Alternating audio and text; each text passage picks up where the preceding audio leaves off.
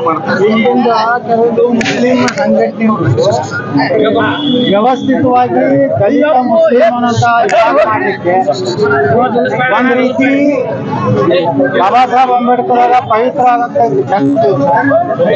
ಈ ರೀತಿ ಕೆಲಸ ಕುಕೃತ್ಯ ಮಾಡ್ತಾ ಇದ್ದಾರೆ. ಹತಾಶೆಗೆ ಬಾಬಾ ಸಾಹೇಬ್ ಅಂಬೇಡ್ಕರ್ ಅವರಿಗೆ ಗೌರವವನ್ನು ಭಾರತೀಯ ಜನತಾ ಪಾರ್ಟಿ ನರೇಂದ್ರ ಮೋದಿ ಅವರು ಕೊಟ್ಟಕ್ಕೆ ಯಾರು ಕೊಟ್ಟಿಲ್ಲ. ಅವರ 5 ಕ್ಷೇತ್ರಗಳು ಜನ್ಮ ತಾಳಿದಂತ ಕ್ಷೇತ್ರ ಇರ್ಬೋದು, ಅವರು ಏನು ಇಂಗ್ಲೆಂಡ್ನಲ್ಲಿ ಕಲ್ತಂತ ಒಂದು ಕೋಣೆ ಇರ್ಬೋದು, ಅವರು ದೆಹಲಿಯಲ್ಲಿ ಕೊನೆ ಉಸಿರಿದಂತ ಒಂದು ಮನೆ ಇರ್ಬೋದು, ನಾಗ್ಪುರದ ದೀಕ್ಷಾಭೂಮಿ ಇರ್ಬೋದು, ಎಲ್ಲನೂ ಪಂಚ ತೀರ್ಥಗಳ ತಿಳಿಯುತ್ತವು ಭಾರತೀಯ ಜನತಾ ಪಾರ್ಟಿ ನರೇಂದ್ರ ಮೋದಿ ಮಾಡಿದ್ದಾರೆ. ಇವರು ತಪ್ಪು ಅಷ್ಟೇ ಅಲ್ಲ, ಇವರು ದುರುದ್ದೇಶ ಪೂರ್ವಕವಾಗಿ ಕೆಲವೊಂದು ಬಿಜಾಪುರ ಕಿಡಿಗೇಡಿಗಳಾದ ಮುಸ್ಲಿಂ ಕಿಡಿಗೇಡಿಗಳು ಇದನ್ನು ವ್ಯವಸ್ಥಿತವಾಗಿ ಮಾಡಿದ್ದಾರೆ. ಸರ್, ತುರುವೇಕೆರೆ, ತುಮಕೂರಿನ ತುರುವೇಕೆರೆಯಲ್ಲಿ ಕುಮಾರಸ್ವಾಮಿ ಅವರು ಒಂದು ಹೇಳಿದ್ದಾರೆ ಗ್ಯಾರಂಟಿ ಯೋಜನೆ ಬಗ್ಗೆ. ಗ್ಯಾರಂಟಿ ಯೋಜನೆಯಿಂದ ನಮ್ಮ ಹಳ್ಳಿಯ ತಾಯಂದಿರರು ದಾರಿ ತಪ್ಪಿದ್ದಾರೆ. ನೋಡಿ, ನಾನು ಅದಕ್ಕೆ ಕುಮಾರಸ್ವಾಮಿ ಅವರಿಗೆ ಪ್ರತಿಕ್ರಿಯೆ ಕೊಡುವುದಿಲ್ಲ. ಆದರೆ ಇವೆಲ್ಲ ಗ್ಯಾರಂಟಿಗಳು ಲೋಕಸಭೆ ಚುನಾವಣೆವರೆಗೆ ಅಟ್ಟೆ ಇರ್ತಾವೆ.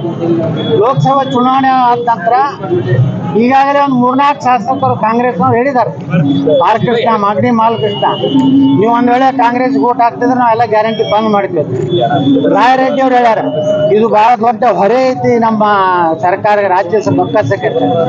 ಇವೆಲ್ಲ ಏನು ಸ್ಕೀಮ್ ಅದಾವು ಕೇವಲ ಲೋಕಸಭೆ ಚುನಾವಣೆವರೆಗೂ ಮಾತ್ರ ಇರ್ತದೆ. ಲೋಕಸಭೆ ಚುನಾವಣೆ ಆದ್ಮೇಲೆ ಹಂತವಾಗಿ ಒಂದೊಂದು ನೆಪ ಮಾಡಿ ಈಗಾಗಲೇ ಕೊಡ್ಬೇಕಾದ್ರೆ ನೆಪ ಮಾಡಿ ಕೊಟ್ಟಾರ. 10 ಕಿಲೋ ಕೊಡ್ತೀನಿ ಅಂತಿದ್ರು 5 ಕಿಲೋ ರೊಕ್ಕ ಕೊಡ್ತಾ ಇದ್ದಾರೆ. 200 ಯೂನಿಟ್ ಕೊಡ್ತೀನಿ ಅಂತಿದ್ರು ಈಗ ನೀವು ಎಷ್ಟು ಬಳಕೆ ಮಾಡ್ತೀರಿ ಅದರ 10% ಅಂತಾರೆ. ಹೀಗೆ 100 ಕಂಡೀಷನ್ ಹಾಕಿ ಇವತ್ತೇನು ಮಾಡ್ತಾ ಇದ್ದಾರೆ.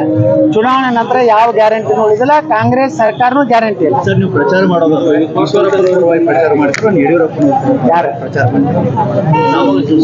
ಶಿವಮೊಗ್ಗದಾಗ ದೊಡ್ಡ ದೊಡ್ಡ ನಾಯಕರು ಅದಾರ. ತಾಯಿ ಹೃದಯದ ಪೂಜ್ಯ ತಂದೆಯವರು ಅದಾರ. ತಾಯಿ ಹೃದಯದ ಪೂಜ್ಯ ತಂದೆಯವರ ಸಣ್ಣ ಮಗ ರಾಜ್ಯಾಧ್ಯಕ್ಷ ಅದಾರ. ತಾಯಿ ಹೃದಯದ ಪೂಜ್ಯ ತಂದೆಯವರ ಹಿರಿಯ ಮಗ ಅದಾರ.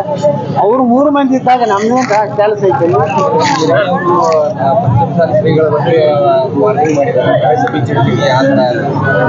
ಯಾರ್ಯಾರ ರಹಸ್ಯ, ಯಾರ್ಯಾರು ಎಲ್ಲ ರಹಸ್ಯ ಎಲ್ಲಾರು ಇದ್ದೇ ಇರ್ತದೆ. ಅವೆಲ್ಲ ಅಂತ ಹಲ್ಕ ಮಾತಾಡೋರ್ ಬಗ್ಗೆ ನಾ ಪ್ರತಿಕ್ರಿಯೆ ಕೊಡುದು.